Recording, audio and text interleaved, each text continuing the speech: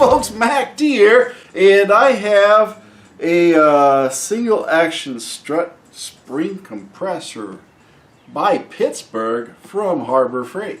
And I'm going to go ahead and open this thing up and check it out because I need to do some compression of springs for struts. So let's go over this thing, open the box, see what's in it, see what we got to do, and assembly and all this other stuff, and then some needed important notes. Yes, safety is always third. Well, first, but you know the saying. Anyway, let's go ahead and see what this thing's like, what's in it, and what we got to do to try to save our behinds just in case we get into scary situations. They don't call these things widowmakers for nothing, but again, this is a clamp. It is not those single rods, which I wouldn't even touch. No, I wouldn't touch those at all. So let's go ahead and see just how much people are afraid of this thing. I think it's better than those single rod spring compressors, but that's just my opinion. So let's go ahead and do a quick review on this thing, see what the do's and don'ts are and what the has and has nots are, and see what we're going to get out of it in the long run.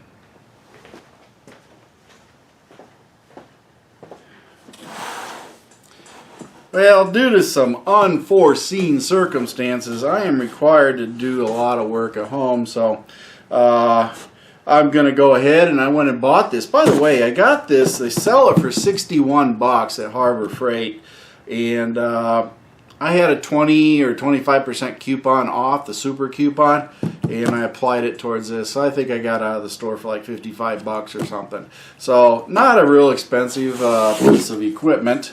And I do say equipment because that's what it does call itself. Here's the all-important do's and don'ts and whatnots and everything else that you really need to read if you want to make sure that you're doing it right. They're pretty well written, so I can't argue with that.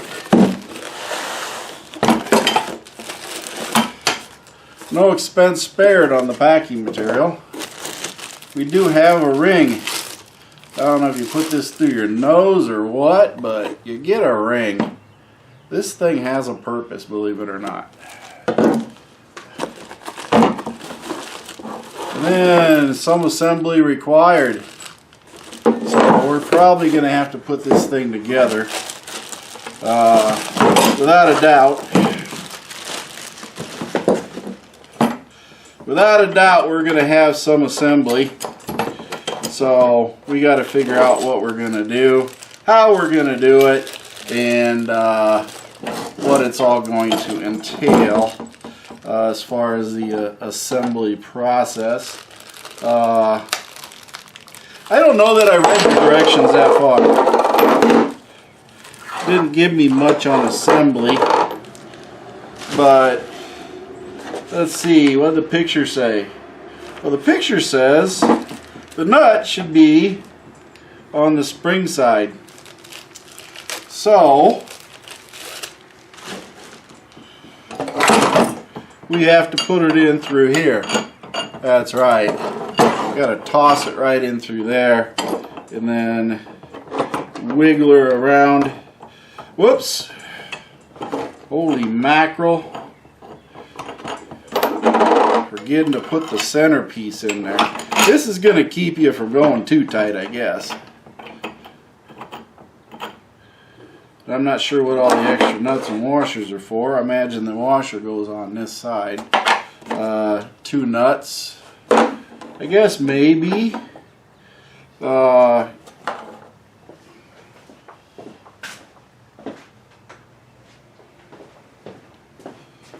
Sorry. Needed the spectacles. Because it's clear as mud here.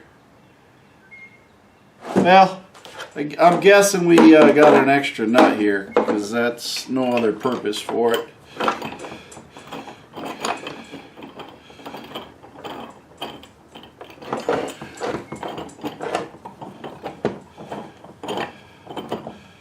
Not for the faint of heart here. To get this thing started, let's try it this way. There we go. not having luck one way, you go the other way, right? Now keep in mind, I think this is a 3/4 inch or something like that.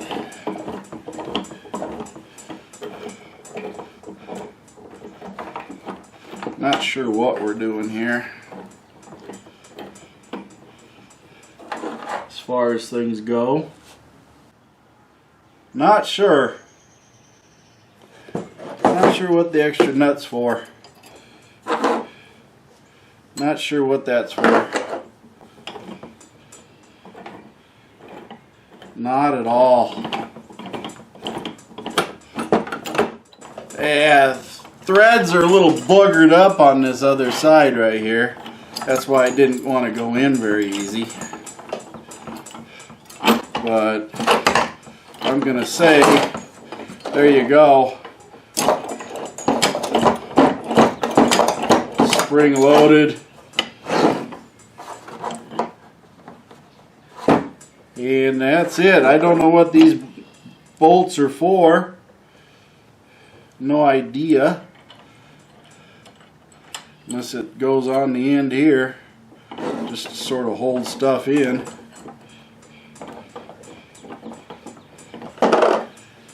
I'm going to say they have probably, if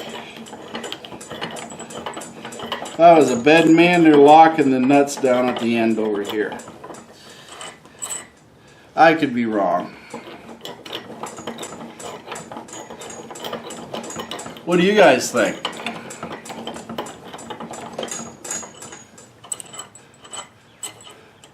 Are they using these two nuts to lock this bad boy down? I don't see it in the directions. Do not see it.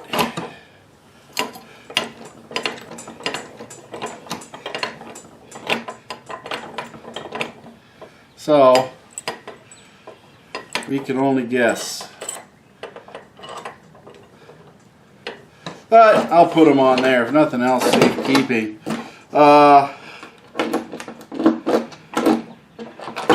Yeah, these things here, they got little ball indents in them, so they lock in and out. Mostly to keep them from going up. So it doesn't go up, it keeps it from going up. But yeah, you know, we're learning as we go. That is pretty much it that I see in the instructions, because it says nothing about assembly. And it doesn't even show these nuts being anywhere on here. So I don't know. I'm going to put them on here. I don't see any place for the nuts to go. But this thing here, believe it or not, as it's designed, it's supposed to be like this. So once you get that spring in, it won't come off or something like that. I don't know if I'm even doing this right. It could be that they want you to do it this way too. So I don't know. I don't know how they want it to be on there, to tell you the truth. Not entirely sure, but you won't be able to open it all the way with these there. So, and once you got a spring on here, you're not going to be able to use it either. So, don't know how they're going to want you to use this to lock anything on, because the instructions are clear as mud on how to properly use that. Now, you got the spring on there and all this other stuff. So you got the spring hooked right here, so it's curling through. So let's get a spring on here, and we'll just check her out to see how it actually works. Now, just so happens I have with me a spring. Now this spring is off of a vehicle, and it's approximately or less than 1,100 pounds of compression force. 1,100 pounds. So we could honestly say that we can put this thing on here. like so.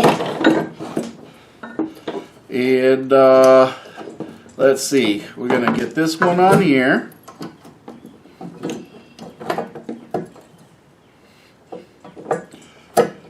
Put that on there, and then get this one here.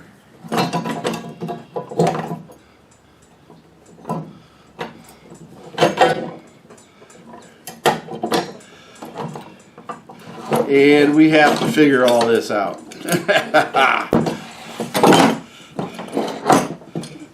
Because this is going to be the hard part. Is turning this thing and trying to get it to fit.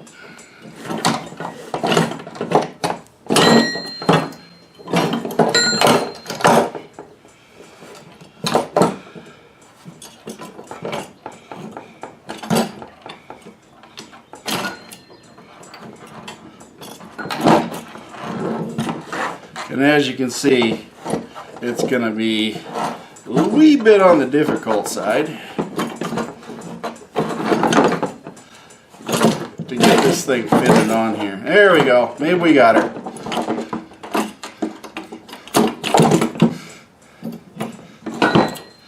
Maybe we got her. We got to get the spring to... There we go. By golly. Look at that. Didn't like Flint.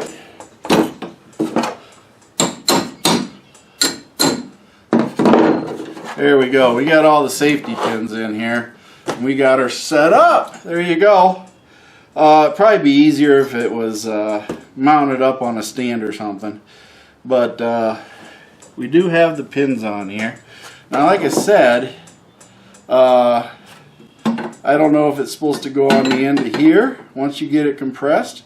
I'm thinking that this is probably the right place for it. Once you get it compressed, you put this ring on here on the end of these. That's what I'm thinking we're actually going to be doing. So this top of the spring, you notice the smaller end is here. This is essentially the top of the spring, and then we compress it down. Now, here's the other part. The top end has always got to be this end. And in that whole thing, we have welding beads on here. Yeah, buddy.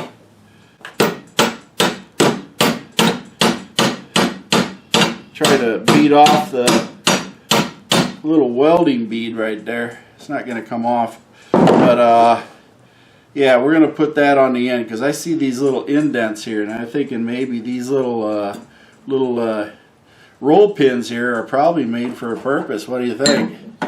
Yeah, look at that.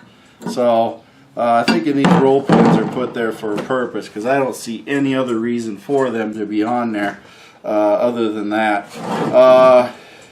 This here says you're supposed to grease this bolt. That's right. That you're turning. You're supposed to grease this before use and make sure all these pins are functioning. 7-inch diameter springs are the maximum, so open it up. They can't be more than 7 inches or so that you're going to be working with. And you're not supposed to compress all the way down because that is a big no-no. Compress it enough to get the job done is what they're saying. This is a 3/4 inch nut, which happens to be a 24 millimeter socket. They said, let's see, do not use any impact, electric drills, anything like that. They said use hand tools. So,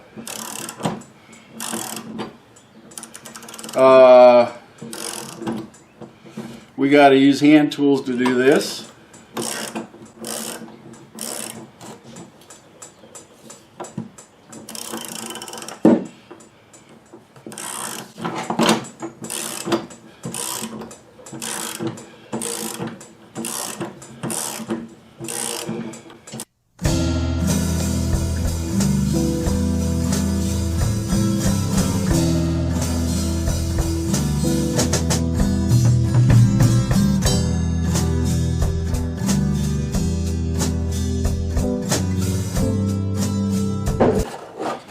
Not sure where this spring's going to come. I guess if you wanted to compress it, but this is more than enough compression on this as far as going any further. I don't feel the need to. I guess you could go further. It's not a problem. But we're getting down to the end here. But this would be enough compression to actually release it. So, do I feel unsafe with it? The answer is no. I didn't hear creaking, bending. I didn't see anything giving. It's got some pressure on it. I just don't see any problems with it. It is doing what it's supposed to do, and I don't feel that it's unsafe. So that is it, folks. I mean, it works. As much as you guys want to say, oh, it don't work, I'm going to tell you it does work. I'm not having any problems. Granted, I'll grease up this rod here because it definitely would be easy. Now, would it be easier with a power tool? You betcha. But again, they do say don't use power tools. It's not designed to work with power tools, like a lot of other things. But release some of this pressure. Let's get this thing off here. Be back in a second.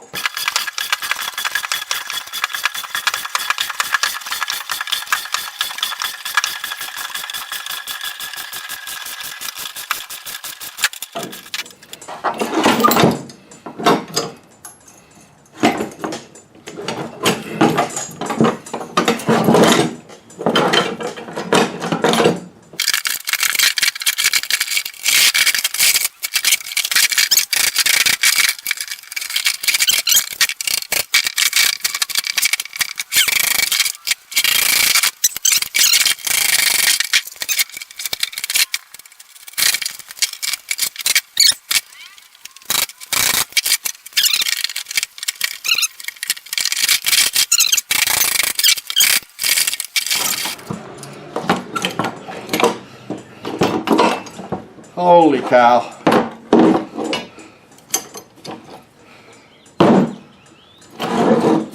All right.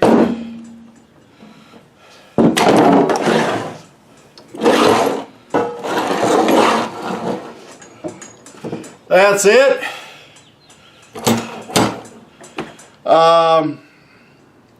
Matter of fact, it grabbed a hold of it too good.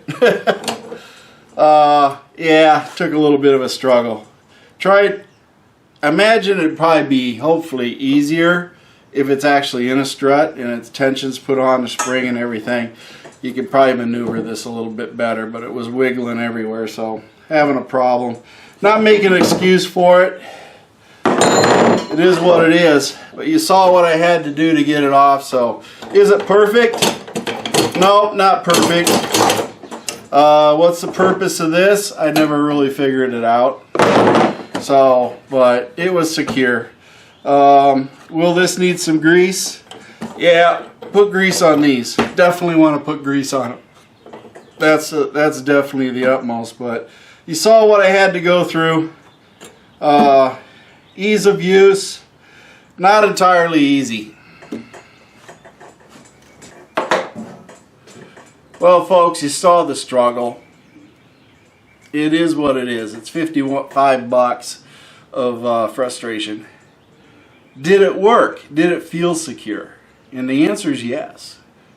Could I get it on decently? Yeah, it went on fairly decently, but getting off was a whole new mother bear.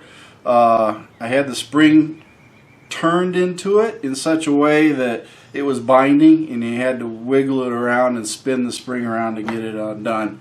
I eventually got it undone, but as you saw, okay, is it a turn off? Did it work like it was supposed to?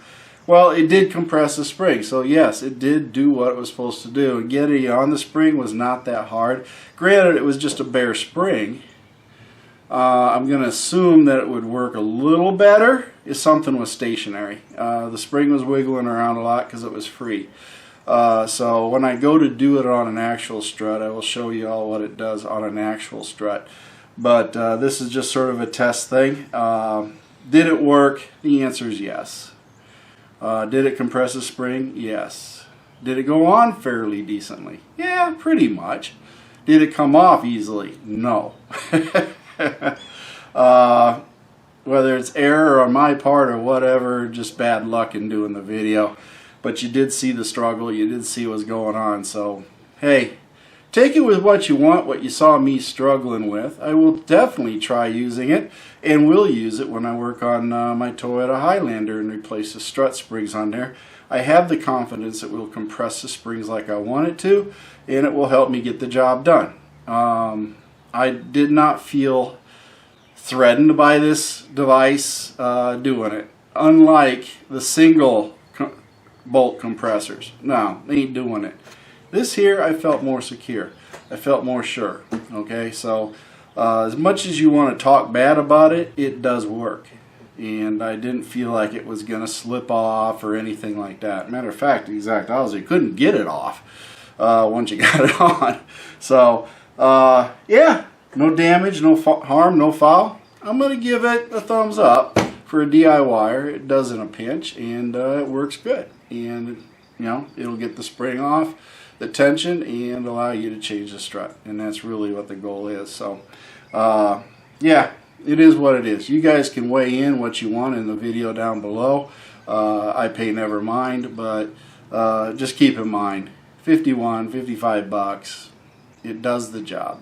And for the DIYer, sometimes you just need the job done. And safety-wise, I'm going to say it's safe. I'm not going to say that it isn't. Are there safer tools? Yes. But is this something where I wouldn't want to use it?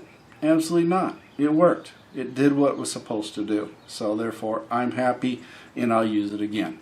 Now, this is MACT. Make sure you join it, MACT Garage, and on Facebook. And also like, subscribe to this video. Make sure you listen to Band of One music. Mercy Girl's always got a couple one-liners. And my feet hit the floor today, and I'm having a great day. And I want you to have a great day, too.